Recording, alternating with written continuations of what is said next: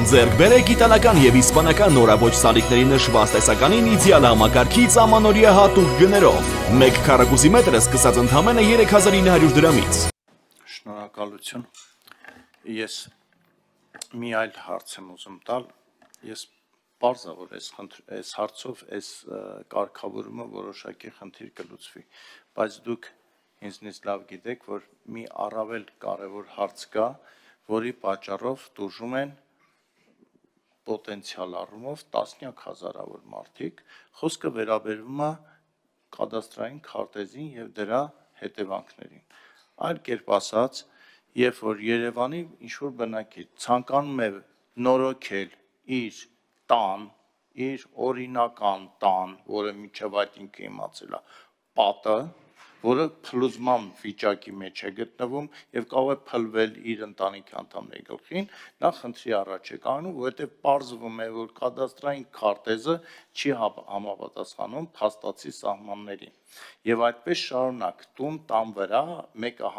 համադրության խնդիր է առաջանում։ Այս խնդիրը մենք ո՞նց ենք լուծելու, երբ ենք լուծելու, որովհետև դրա հետ կապված բազմաթիվ մարդիկ հայտնվել են փակուղային վիճակի մեջ, կամ պետք է ապօրինի շինարարությամբ զբաղվեն, որը հետագայում ձեր ասածով ինքը չի կարող արժևորել, այսինքն փաստաթուղթ չստանա, կամ պետք է,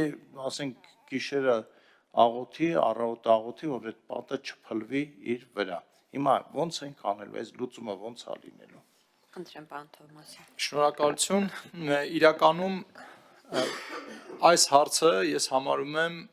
անշարժույթի ոլորտի աքիլեսյան գարշապարը,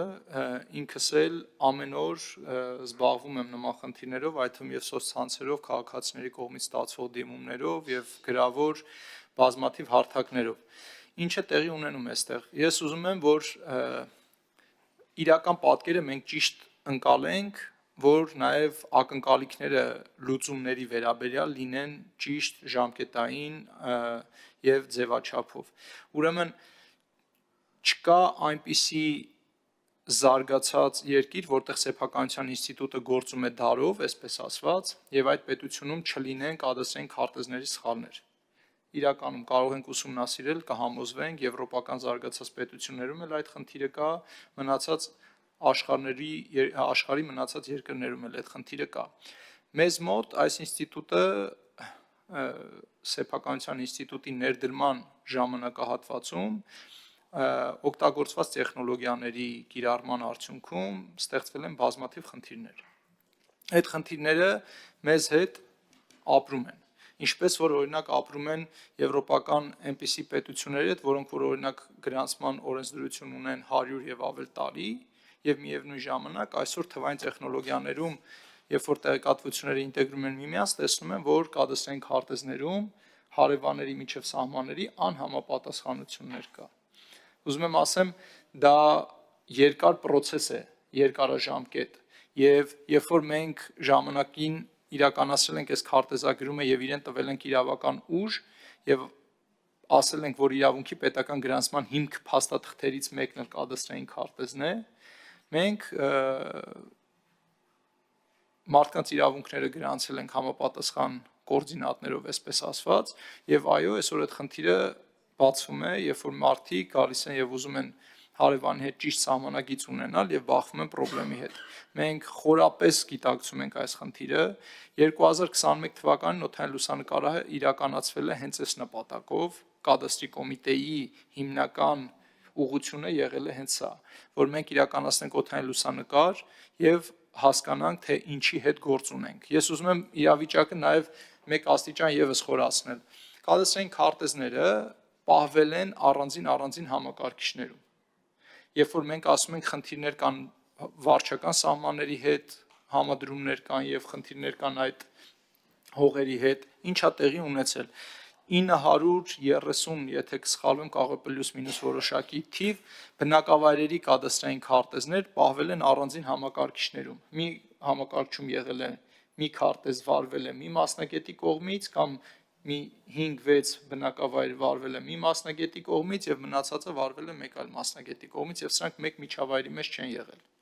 Այսինքն այդ խնդիրները բովանդակային առումով եղել են այնտեղ, բայց իրենք կադաստրային քարտեզները մեկ միջավայրի մեջ չեն եղել։ Օդային լուսանկարահանումը անելուց հետո մենք դրանք հավաքեցինք մեկ միջավայր։ Ինչն է սրա կարևորությունը, որովհետև երբ որ մենք խոսում ենք տարածական տվյալների մասին, մենք պետք է կարողանանք ունենալ ինտեգրված տեղեկատվական շտեմարաններ, որտեղ որ կադաստրային քարտեզները առցանց վարվում են եւ ներդրողները կարող են հենց այդ պահին տեղեկատվություն ստանալ տվյալ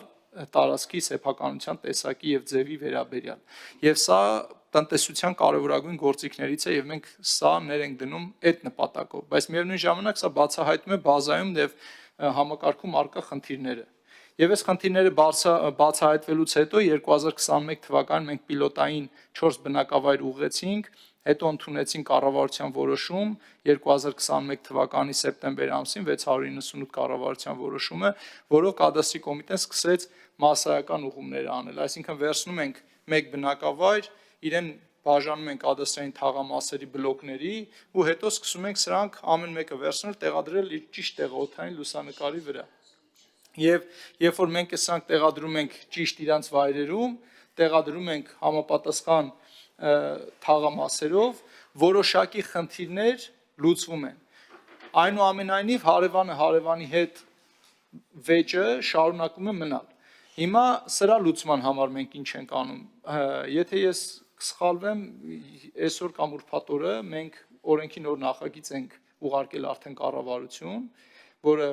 մեր 6 ամսյա առաջնահերթությունների մեջ էր, եւ այդ օրենքի նախագծով վարչարարության որոշակի ռեժիմ ենք սահմանում կադաստրային քարտեզների ուղղման համար։ Եվ ասում ենք հետեւյալը, երբ որ հարևանները օրինակ չեն կարողանում համաձայնության գալ, մի դեպքում համաձայն չեն, մյուս դեպքում հարևաններից մեկը սեփականատերը մահացած է, մյուս դեպքում երկրում չէ, հնարավոր չի գտնել մարդկանց, այո, այս պարագայում այս օրենքը, որը մենք առաջարկել ենք գույքի գրանցման օրենքում փոփոխությունների փաթեթ, այդտեղ ներ է դնում այնպիսի գործիքակազմ, որ այդ տեղեկատվությունները կադաստրի կոմիտե ներկայացնելուց հետո մենք պետք է վարչարարություն իրականացնենք, ներ ենք դնում նոր էլեկտրոնային համակարգ չափագրող համայնք կապը ապահովելու համար, որպեսզի չափագրողը չկա եւ հանութագրում իրականացնի, այնուհետեւ տա մարդուն ու մարդը մնա այդ փաթեթի հետ միայնակ, այսպես ասված, այսինքն ինքը բնակիչը կարա չպատկերացնել, թե ինչ է այդ կոորդինատը, ինչ է սա նշանակում, այլ մենք դնում ենք էլեկտրոնային համակարգ եւ համապատասխան պահանջ ենք ձևակերպել օրենքով, որ ինքը պետք է փաթեթը ուղարկի համաձայնեցման էլեկտրոնային համակարգի միջոցով ստանա համաձայնությունը համայնքից եւ համապատասխանաբար եթե չկան արդեն հարևանների համաձայնությունները իրավունքի կասեցումից հետո պետք է կարողանան վարչարարության որոշակի գործիքակազմի արկայության պարագայում այնուամենայնիվ որպես վերջնահարցունք հասնել հարցի լուծմանը։ Սա նախաձեռնություն է նոր օրենքի, որը արդեն ուղարկված է կառավարություն, քննարկենք, հասկանանք, գործընկերների առաջարկությունները կլսենք, վերջի վերջո կհայտնվենք ազգային ժողովում այս հարցի կարգավորման համար, բայց կրկնում եմ, որ կադաստրային քարտեզները, քանի որ իրավահաստատող փաստաթղթեր են եւ դրանցով որոշվում է հողի տեղադիրք սահման, այստեղ շատ բարդ կլինի որոշակի մեկ քայլանի գործիքակազմով լուծել այս խնդիրը առանց հաշվի առնելու հարևանների միջև փոխադարձ հարաբերությունները։